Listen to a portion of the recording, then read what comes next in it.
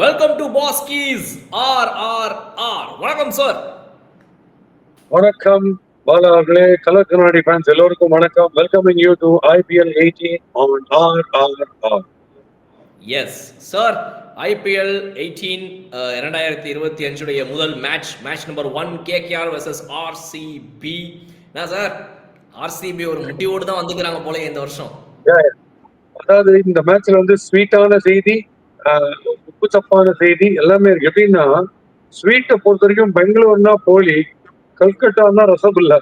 So போலினால rasgulla ரொம்ப bitter ஆயிடுச்சு, sweet கம்மி ஆயிடுச்சு. போலி எங்கேயோ போயிடுச்சு மேல கோலினால, சால்ட்னால. சால்ட் வரும்போது நைட் ரைடர்ஸ் அத்தனை பேருக்குமே பிபி ஏறினதுக்கு காரணம் வந்து சால்ட். அவர் வச்சு ஒரு செய்தி செஞ்சார், செம்மையா செஞ்சுட்டாரு. அதுல எப்படியாச்சு ஐ திங்க் டாக்டர்ஸ் வந்து கிளியரா சொல்லிட்டாங்க போல ரோஹிதா கிட்ட, நீங்க சால்ட் அவாய்ட் பண்ணணும் சொன்னா எனக்கு பேச்ச கேட்கல. சால்ட் இவங்க அவாய்டே பண்ண முடியல, போட்டு பின்னி அடிச்சுட்டு அவுட்ஸ்டாண்டிங். எஸ், கண்டிப்பா அவாய்ட் பண்ண முடியாத ஒரு சால்ட் தான் இன்னைக்கு அவங்களுடைய சாப்பாட்டுல. சார், கேகேஆர் பொறுத்த வரைக்கும் இன்னைக்கு இந்த மேட்சை ஃபர்ஸ்ட் உடனே முதல் 10 ஓவர்ல வந்து கண்ட்ரோல்ல வச்சிருந்தாங்க. கேகேஆர் வந்து கம்ப்ளீட் கண்ட்ரோல் இந்த ஃபர்ஸ்ட் 10 ஓவர். ஆனா அதுக்கப்புறம் அந்த செட் பேட்ஸ்மேன் ஆன அஜிங்கிய ரஹானே அண்ட் இன்னொருத்தர், இந்த 2 பேரும் அவுட் ஆனதுக்கு அப்புறம் சுனில் நரேன் இவங்க போனதுக்கு அப்புறம் மேட்ச் அப்படியே அடுத்த 10 ஓவர்ல பாத்தீங்க அப்படின்னா வெறும் ஒரு 70 ரன்கள் தான் அடிச்சிருந்திருக்காங்க. ஸோ இந்த இதுக்கு வந்து நம்ம பவுலிங்கையும் வந்து கண்டிப்பா ஆர்சிபியை பாராட்டலாம். ஏன்னா இத்தனை வருஷமா வந்துட்டு ஆர்சிபியில் இருக்கிற ஒரு மிகப்பெரிய பிரச்சனையே அந்த பவுலர்ஸ். ஸ்பின்னர் பெருசா அவங்க கிட்ட வந்துட்டு ஒரு கான்ட்ரிபியூட்டிங் ஸ்பின்னர் அவங்கள்ட்ட இருந்தது கிடையாது கண்டினியூஸ் பீரியட் ஆஃப் டைம்ல. ஒவ்வொருத்தவங்களும் இருந்து இந்த தடவை இன்னைக்கு வந்துட்டு நம்ம குருணால் பாண்டியா சூப்பரா விளையாடினார். ஸோ அந்த ஃபர்ஸ்ட் 10 ஓவர்ஸ் அண்ட் நெக்ஸ்ட் 10 ஓவர்ஸ்க்கான அந்த டிஃபரன்ஸே குருணால் பாண்டியா தான் இன்னைக்கு, இல்லையா? ஃபர்ஸ்ட் 10 ஓவர்ஸ்ல ரஹானே எல்லாம் ஆடும்போது, ரஹானே சுனில் நரேன் ஆடும்போது அவங்க நல்ல பால் எல்லாம் கூட 4-6 வச்சிருந்தாங்க. பியூட்டிஃபுல்லா ஆடி, ஏன்னா டெக்னிக்கலி கரெக்டா ஆடினாங்க, சுத்தல கரெக்டா ஆடினாங்க டெக்னிக்கலி. இப்போ ரஹானே ஷாட்ஸ் டாப் கிளாஸா இருந்தது. செகண்ட் ஹாஃப்ல என்ன பண்ணாங்க, சுமாரா போலிங் போட கூட அவுட் ஆக ஆரம்பிச்சிட்டாங்க. And very very bad attitude என்னன்னா, ஆர்சிபின்றது ஏதோ டென்னிஸ் பால் கிரீட் ஆடுற, சென்னையில சோமசுந்தரம் கிரவுண்ட்ல டென்னிஸ் பால் ஆடுற அந்த டைப் ஆஃப் பிளேயர்ஸ், கிரிக்கெட் பாலே அவங்க ஒன் இல்லைன்ற லெவல்ல அவங்க ட்ரீட் பண்ணிட்டாங்க. ஏன் நான் யாரும் சொல்றேன்னா, வெங்கடேஷ் ஐயர் அண்ட் சுனில் நரேன் அவுட் ஆனது நீங்க பாத்தீங்கன்னா, வெங்கடேஷ் ஐயர் அண்ட் ரிங்கு சிங் நீங்க அவுட் ஆனது பாத்தீங்கன்னா, டென்னிஸ் பால்ல கூட உங்களுக்கு அவ்வளவு டைம் இருக்காது அந்த ஷாட் ஆடுறதுக்கு, விட்டுட்டு கட்டடிக்க போறது, குட்லைன் இன்னும் முன்னாடி க்ளோஸரா விழுற பால். ஸோ இவங்க பயங்கர ஓவர் கான்பிடன்ட் ஆனது. ஏன்னா தேவர் மெயின்டைனிங் 10 runs அண்ட் ஓவர் விடாம. ஒரு 12 overs 13 overs 130 அப்படி வந்து அந்த இடத்துல 13th ஓவர்ல ஒரு பார்ட்னர்ஷிப் போச்சு பாருங்க. அங்க நீங்க சொல்ற சொல்லிட்டு குருணால் பாண்டியா தெருப்பிக்க உள்ள புரிஞ்சாரு. இவங்க ரொம்ப ரொம்ப ஈஸியா இருந்தாங்க. தே நெவர் எக்ஸ்பெக்டட் ஹேசல்வுட்டுக்கு இந்த மாதிரி ஒரு பவுன்ஸ் இருக்கும் இந்த பிட்ச்ல. குருணால் பாண்டியாவுடைய பேக் ஃபுட்ல போய் ரொம்ப ஈஸியா போஸ்ட் பண்ண முடியல நினைச்சாங்க. அந்த மாதிரிலாம் இந்த பிட்ச்ல பண்ண முடியாது, பயங்கர ஃபாஸ்டா வருது ஆஃப் தி விக்கெட். ஸோ இது ஒரு விஷயம் ரொம்ப ரொம்ப ஈஸியா இருந்தது. Sir, about Rajat Patidar's captaincy sir. So Rajat பட்டிதாரோட கேப்டன்சி எப்படி இருந்துச்சு உங்களுக்கு? வந்து ஒரு ஃபர்ஸ்ட் மேட்ச் ஒரு ப்ரெஷர் இப்படி அப்படி அந்த மாதிரிலாம் ஏதாவது உங்களுக்கு தெரிஞ்சுதா? இல்ல வந்துட்டு is handling it very cool? Because இந்த பிரச்சனை வந்துட்டு ரவீந்திர ஜடேஜாக்கு நடந்துச்சு. தோனியை விட்டுட்டு ஜடேஜா கிட்ட கேப்டன்சி கொடுத்த ஒரு பெரிய ப்ரெஷர், அவரால் டெலிவரி பண்ண முடியல பெர்ஃபார்மன்ஸ், அந்த மாதிரி பிரச்சனைலாம் இருந்துச்சு. பட் ரஜத் பட்டிதார் பார்க்கும்போது ரொம்ப கூலா நல்லா ஹேண்டில் பண்ற மாதிரி தெரியுது. அது மாதிரி ஒரு எப்படி ருத்ராஜ் எடுத்துக்கிட்டாரோ அந்த மாதிரி இருக்கு. சோ சொல்லுங்களேன். ஃபர்ஸ்ட் மேட்ச்ல they are not defending a target. Okay, பட்டிதாருக்கு நான் என்ன நம்ம கொஞ்சம் பார்க்கணும் கேப்டன்சி எப்படின்னு. he is not defending a target. So அந்த இடத்துல டென்ஷன் கிடையாது. ஃபர்ஸ்ட் மேட்ச் ஃபர்ஸ்ட் போலிங் போடுறாங்க. ஓகே, அதுல வந்து கோலியுடைய தயவு இருக்கும். பட் கோலியுடைய இன்டர்பியரன்ஸோ இல்ல கோலியை பார்த்து பண்ண வேண்டியிருக்கும். சர்டிபிகேஷன் வேலிடேஷனுக்கு ஒருத்தட்டு நடுவில் கூட ஒன்று ஆச்சு. அந்த தயால் கிட்ட பால் கொடுத்துட்டு, இல்ல தயால் குருணால் பாண்டியாட்ட கொடுத்துட்டு எவ்ரி டைம் வந்து விராட் கோலியை பாக்குறாரு. நான் இது கரெக்ட் தானா, அடுத்து நான் என்ன போட சொல்லிட்டோம், யாரை போட சொல்லிட்டோன்ற மாதிரி பாக்குறாரு. அப்படி இருக்கிற வரைக்கும் அவர் இது பட்டிதாரா இருந்தாலும் சரி, ஆர்சிபியில ருத்ராஜ் கைக்வாடா இருந்தாலும் சரி, சிஎஸ்கேல அவங்க மென்டார்ஸ், தட் இஸ் இந்த பக்கம் கோலி அந்த பக்கம் தோனி, அவங்களுடைய பிரசன்ஸ் இருக்கிற வரைக்கும் இவங்களுடைய ஆக்சுவல் வேல்யூ கேப்டன்சியோடைய ஒர்த் என்னன்றது நமக்கு புரியாது. இன்னைக்கு ரொம்ப ரொம்ப டென்ஷன் ஆங்ஸைட்டி கொடுக்கக்கூடிய ஒரு சுச்சுவேஷன் எப்போன்னா முதல் 10 ஓவர்ல இருந்தது. அந்த 10 ஓவர்ல கூலா இருந்தார், அதை வந்து கண்டிப்பா சொல்லலாம் பண்டிதார்.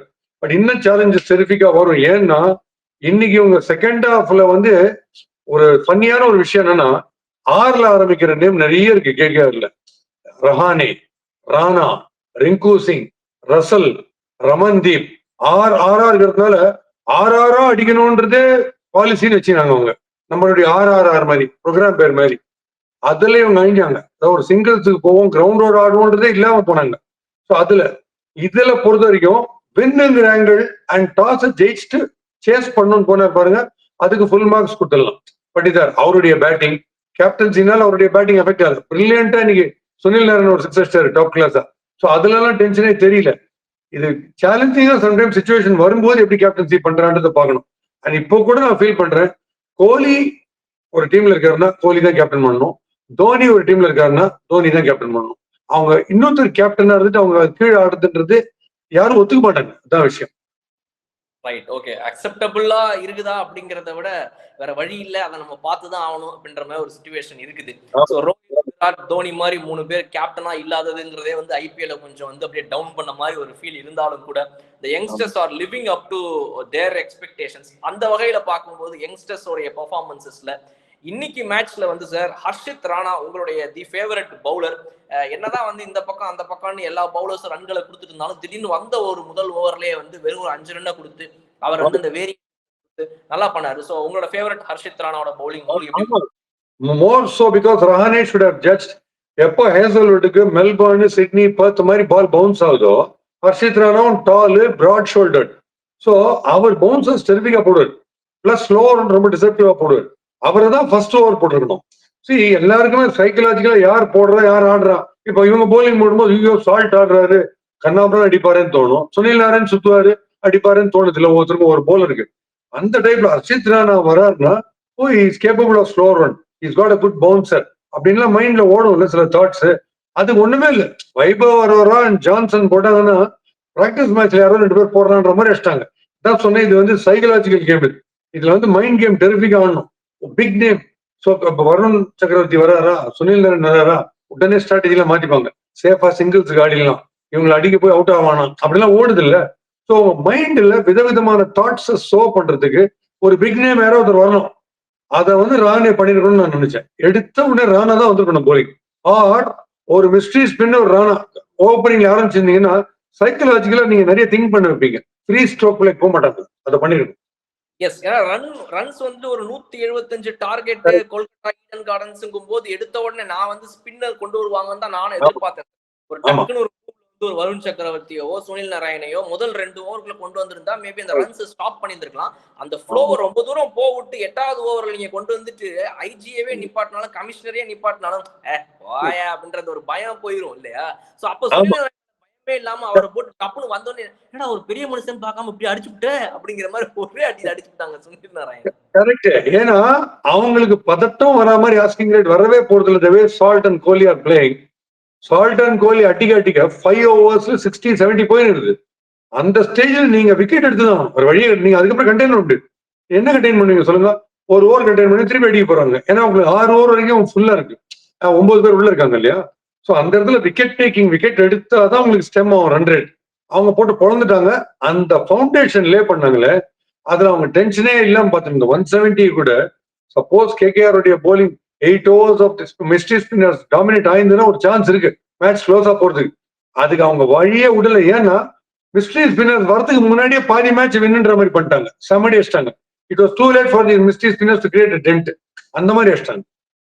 ரைட் சார், கேகேஆர் 2 கான்ஃபிடென்ட்டா இருக்கக்கூடிய இந்த ஸ்டேஜ்ல வந்துட்டு நெக்ஸ்ட் மேட்ச்ல அவங்க போக போக வந்துட்டு சில விஷயங்களை புரிஞ்சுக்கலாம். அது ஓகே ஒரு பக்கம். பட் ஆனா இன்னொரு சைடு வந்துட்டு கேகேஆரோட அந்த மிடில் ஆர்டர்ல எங்கேயுமே நீங்க பாத்தீங்க அப்படின்னா ஒரு 4 பேர் தான் மொத்த ஸ்குவாட்லயே சேஞ்ச் ஆயிருக்காங்க. அவங்க போன வருஷம் ஸ்குவாட் அப்படியே ரீட்டைன் பண்ணிருக்காங்க.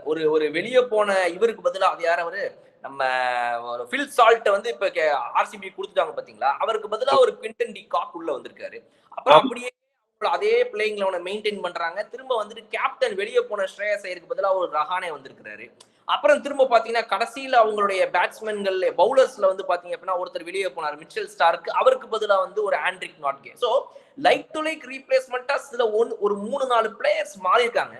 Will that make a huge difference in their squad this time நீங்க நினைக்கிறீங்களா? இல்லனா அவங்களுடைய இம்பாக்ட்ஃபுல்லான ஒரு ஒரு இவரு Rinku Singh, Russell, Venkatesh Iyer, Sunil Narine இவங்க எல்லாம் இருக்கிறனால it won't be a huge difference. இந்த வருஷமும் கண்டிப்பா கேகேஆர் நல்ல சான்ஸ் இருக்குன்னு நினைக்கிறீங்களா? கேகேஆருக்கு நல்ல சான்ஸ் இருக்கு. பெரிய டிஃபரன்ஸ்லாம் இருக்காது இந்த இந்த ரீப்ளேஸ்மெண்ட் சப்ஸ்டியூஷனால. பட் ஒரே ஒரு விஷயம், அதாவது ஒரு கேல் இருக்கலாம் ஒரு டீம்ல, 7 பேருமே கிறிஸ் கேல். நாங்க வந்து இங்கே இருந்து அடிச்சோம்னா செப்பாக்கில் போய் விழும், ஈடன் கார்டன்ஸ்ல அடிச்சா அப்படின்னு ஆடவே கூடாது. போடுறவங்க வந்து காதுல பூ வச்சுன்னு போடல, அது நல்லா தெரிஞ்சுக்கணும். ஓகே, அதுதான் இவங்களோட அழிவு, அதுதான் இவங்க அழிவுக்கு நீ காரணம். நீ எப்படி போட்டாலும் நான் அடிப்பேன், எங்க போடுறேன் நான் பார்க்கலாம் அப்படின்னு வெங்கடேச்சேரியும் வினோதமான ஒரு ஷோ காடுறாரு.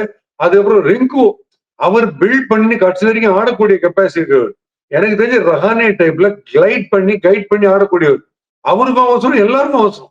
இவங்க இந்த முதல் 12 ஓவருக்கு அப்புறம் வந்த ஒரு இம்பாக்ட் இருக்கு பாருங்க, அதுல அப்படியே மெயின்டைன் பண்ணி 215 போயிட்டாங்க. அது எப்படி ஒவ்வொரு ஓவரையும் அழகா பில்ட் பண்றது, பார்ட்னர்ஷிப், ஒரு பார்ட்னர்ஷிப் கிடையாது. 8 ரன் ஒரு விக்கெட், 10 ரன் ஒரு விக்கெட், அப்படி போயிட்டாங்க. அதான் பிரச்சனை. சோ இவங்க அந்த ஆட்டிடியூட மாத்திக்கணும்.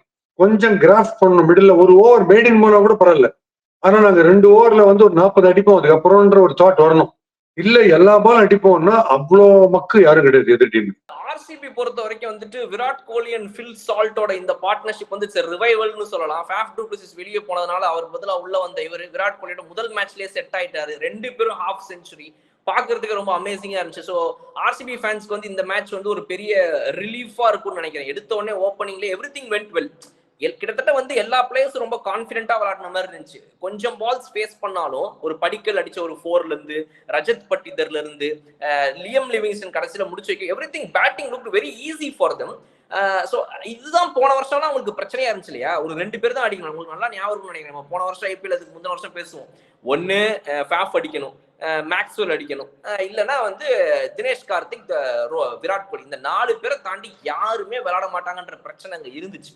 But this year everything looks a bit better. So RCB ஃபேன்ஸ்க்கு ஒரு ரிலீஃப் நினைக்கிறீங்களா நீங்க? ஆர்சிபி ஃபேன்ஸுக்கு fantastic match to rejoice. But இவங்க இந்த பேட்டிங், அவங்க batting is not an area of concern at all for them. அவங்களுக்கு டெம்பரமெண்ட்டும் இருக்கு, அடிக்கிற ஸ்டைலும் இருக்கு, ரெண்டுமே இருக்கு அவங்களுக்கு. இப்போ படிக்கல் அண்ட் விராட் கோலி திடீர்னு தள்ளி ஆடுவாங்க, அது ஒரு பக்கம் இருக்கு. லிவிங்ஸ்டன் அண்ட் சால்ட் அடி ஆரம்பிச்சாங்கன்னா 6-6 வரும். அவங்களுக்கு எல்லாமே இருக்கு. அவங்க ஒரே ஏரியா ஆஃப் கன்சர்ன் எதுன்னா போலிங் தான். இன்னைக்கு குருணால் பாண்டியா ரியல் ஹீரோ. அவர் வந்து ரொம்ப டேர்ன் பண்றது இல்ல, கிட்டத்தட்ட ஸ்ட்ரெயிட், சில ஸ்பின்னர்லயே பவுன்சர் போடுற ஒரே ஸ்பின்னர் அவர் தான். நீங்க பாத்திருப்பீங்க, அதெல்லாம் இருக்கு. பட் இது கொஞ்சம் டேஞ்சர். ஏன்னா அவங்க எப்ப டாஸ் ஜெயிச்சுட்டு இந்த மாதிரி ஒரு பிளாட் விக்கெட்ல சேஸ் பண்ணலாம்னு போனாங்களோ, அப்பயே அவங்களுடைய confidence in their batting is more then their confidence in their bowling. அதுதான் இது சொல்றது. இல்லாட்டா ஃபர்ஸ்ட் பேட்டிங் ஜாலியா ஆடிருப்பாங்க, போலிங் ஸ்ட்ராங்கா இருந்தா. அவங்களுக்கு போலிங் வந்து கொஞ்சம் வீக் லிங்க் தான். அதனால அவங்க வந்து ஃபர்ஸ்ட் போலிங் சேஸ் பண்ணலான்ட்டு போறாங்க. அவங்க ஸ்பின் ஏரியா வந்து இப்ப விக்கெட்ஸ் இன்னும் கொஞ்சம் ஸ்லோ ஆகினே போகும். டோர்னமெண்ட் ப்ரோக்ரஸ் ஆக ஸ்லோ ஆகும். ஸ்பின்னர்ஸுக்கு ஸ்கோப் ஜாஸ்தி வரும். அப்ப வந்து கொஞ்சம் கஷ்டப்படுவாங்கன்னு எனக்கு தோணுது. பட் இந்த பேட்டிங்ல அவங்க கஷ்டப்பட மாட்டாங்க. பேட்டிங் வந்து செம strong, looks very very strong. அதுதான் ஒரே விஷயம். சார் இதுக்கு முன்னாடி ஆர்சிபில ஸ்பின்னர்ஸ் சொல்லிக்கிற மாதிரி ஒரு பெரிய பர்ஃபார்மன்ஸ் இருக்க மாட்டாங்க. பட் இந்த தடவை பாத்தீங்க அப்படின்னா கேகேஆர்ல இருந்து வாங்கின சுயாஷ் சர்மாவா இருக்கட்டும், வெளியே ஸ்வப்னில் சிங் ஏற்கனவே இருக்காரு, அவர் உட்கார்ந்து இருக்காரு. அது பத்தாததுக்கு இப்ப குருணால் பாண்டியாவோட இந்த good performance on this track, அதுவும் இந்த கேகேஆர் ஈடன் கார்டன்ஸ் ட்ராக்ல இந்த மாதிரி ஒரு ஸ்பின்னை வந்து அழகா போட்டு 3 விக்கெட் எடுத்து கொடுத்ததுங்கிறது super. So fast bowlers again ஒரு கன்சர்ன் தான். என்னதான் புவனேஸ்வர் குமார் உள்ள வந்திருந்தாலும் அவங்களால என்ன ஒரு பெரிய மாற்றத்தை கொண்டு வர முடியும் அப்படிங்கறதுலாம் கேள்விதான். பட் ஸ்பின் ஓரளவுக்கு கொஞ்சம் ஸ்ட்ராங்கா இருக்கிற மாதிரி தெரியுதுல. இல்ல குருணால் பாண்டியா நீங்க ஸ்பின்னு சொல்லலாம். குருணால் பாண்டியா பாஸ் லிவிங்ஸ்டன் வந்து போட்டுட்டாருன்னா அவங்களுக்கு போனஸ். ஸோ பார்ட் டைம் அவங்களுக்கு வந்து ஒரு சஹல் மாதிரி யார் இருக்காங்க சொல்லுங்க பெங்களூர்ல? ஆர்சிபில கிடையாது. சஹல் மாதிரி ஒரு கிளியர் விக்கெட் டேக்கர், இல்ல பிஷ்னாய் மாதிரி ஒருத்தர் நல்ல பவர் பிளேலே கொடுத்தா கூட போல்ட் எடுப்பாரு, எல்பிடபிள்யூ எடுப்பாரு, விக்கெட் எடுத்துருவாருன்ற மாதிரி இல்ல. பட் இதுல ஒன்றும் சொல்ல முடியல. இப்ப பீக் ஃபார்ம்ல இருக்கிற வருணே நீங்க சரியா போடல. ஓகே, சுனில் நாராயண் தான் ஓரளவுக்கு மரியாதை கமாண்ட் பண்ணது, சுனில் நாராயண் தான். And Harshit Rana to very very little extent. அதனால இதுல நம்ம அந்த முதல் மேட்ச்ன்றதால் நீங்க சொல்ற மாதிரி எந்த கன்க்ளூஷனும் வர முடியாது. இந்த பிட்ச் வந்து ஆன் த ரைஸ் டிரைவிங் எல்லாம் ஈஸியா இருந்தது, ரொம்ப டஃபா இல்ல பேட்டிங்க்கு. போக போக பேட்டிங் டஃபாக நம்ம ட்ரெண்ட் பார்த்துருக்கோம். ஏன்னா வேரண்டார்னால ஸ்லோ டவுன் ஆகும். அப்பதான் அந்த வேகமா ஓடுறது, மெதுவா போடுறதும், ஸ்பின்னர்ஸ் போடுற போலிங்கும் ஆடுறது கஷ்டமா இருக்கும். நாளைக்கு செப்பாக் பிச் எப்படின்னு தெரியாது. நான் சொல்ற கிரிப்பை ஸ்லோ டவுன் பண்ற speed of the wicket ball slow down பண்ற ஒரு நேச்சர்ல நாளைக்கு பிச் இருந்ததுன்னா நான் சொல்ற மாதிரி ஒரு லோ ஸ்கோரிங்கா நடக்கும். ஸோ இது கொஞ்சம் ஒரு 5-6 மேட்சுக்கு அப்புறம் தான் நமக்கு ட்ரெண்ட் ரியலாவே தெரியும். ஆர்சிபியுடைய பிளஸ் என்னன்னா அவர் கேப்டனுக்கு ஒரு லவ்லி ஸ்டார்ட். அவர் ஒரு பெரிய மொரால் பூஸ்டர். அது ஒரு சாம்பியன் டீம் வச்சிட்டாங்க ஃபர்ஸ்டே. கான்பிடன்ஸ் லெவல் சூப்பர் டூப்பர் ஹையா இருக்கும். அது ஒரு லவ்லி விஷயம். சேசிங்கா அசால்ட்டா ஹிக்கப்ஸே இல்லாம வச்சிட்டாங்க. அது ஒரு சூப்பர் டூப்பர் விஷயம். போலிங்கும் நீங்க டெரிஃபிக்கா போட்டாங்க. குருநாள் பாண்டியா நல்லா போட்டார். நான் நினைச்சேன் ஸ்பின் வந்து அவங்களுக்கு ரொம்ப பெரிய வெயிட்டேஜ் இல்ல ஸ்பின் நினைச்சேன். இன்னைக்கு குருநாள் டிட் இஸ் பெஸ்ட். இன்னும் 2-3 மேட்ச் ஆனப்புறம் தான் ட்ரெண்ட் தெரியும். Right. Okay sir, thank you so much for joining in this video. நம்ம வந்துட்டு ஒரு முக்கியமான விஷயத்தோட இந்த வீடியோ எண்ட் பண்ணலாம்னு நினைக்கிறேன். RRRல வந்துட்டு இந்த ரெமடி ரகலை ரிவ்யூ கொடுத்துட்டீங்க, ரெமடியும் சொல்லிட்டீங்க. ரகலை இல்லாம நான் போக முடியாது. என்ன சார், ரவிச்சந்திரன் அஸ்வின் அவர்களுடைய பேர்ல வந்துட்டு ஒரு தெருவை வந்துட்டு வைக்க போறாங்க, ஒரு தெருவின் பெயர் வந்து மாற்றப்பட போகிறது அப்படின்னு சொல்றாங்க. அந்த செய்தியை கேட்டீங்களா? ஆமா, அவர் இருக்கிறது வெஸ்ட் மாம்பலம். அவர் பேர் வந்து ஆர் அஸ்வின். ஓகே, அதனால என்ன பண்ண போறாங்க, RA வருது. உள்ள வெஸ்ட் மாம்பலத்தையே RA புரம் அப்படின்னு மாத்திடுவாங்க உங்களுக்கு. ஏன்னா நான் இருக்கிறது ராஜாண்ணாமலைபுரம். அப்படி மாத்துறதுக்கு ஒரு நல்ல சான்ஸ் இருக்குன்னு நினைக்கிறேன். இல்ல வலதுபுறம் இடதுபுறம், ஏன்னா தூசரா எப்படி வேணா போடுவார்ல, அப்படிலாம் மாத்தலாம். Very good. ரைட். ஒரு நல்ல விஷயம் சார். ரவிச்சந்திரன் அஸ்வின் ஒரு பிளேயருக்கு வந்து ஒரு ரெகக்னிஷன் இந்த மாதிரி கொடுக்கறதுங்கிறது வந்து நம்ம கண்டிப்பா வரவேற்க வேண்டிய ஒரு விஷயம். இப்பதான் அவருடைய டெஸ்ட்ல இருந்து ஆரம்பிச்சு ஒரு இன்டர்நேஷனல் கரியரை வந்து நல்ல பீக்ல முடிச்சிருக்காரு. So it's very very very good thing to welcome. சூப்பரான விஷயம். அண்ட் அதான் இந்த மாதிரி கௌரவம் வந்து பெரிய பெரிய கிரிக்கெட்டர் தமிழ்நாட்டுல இருந்து வராங்க, வேர்ல்ட் லெவல்ல ஃபேமஸ் ஆறாங்க. ஸ்ட்ரீட்டே அவங்க பேர்ல வைக்கிறோம், ஊரே எடுத்து அவங்க பேர்ல வைப்பாங்க. அஸ்வினபுரம் அப்படின்னு கூட வரலாம், ஒரு ஊர் பேர் தெரியும். அதனால நல்ல விஷயங்கள் சூப்பரா என்ஜாய் பண்ணுவோம்.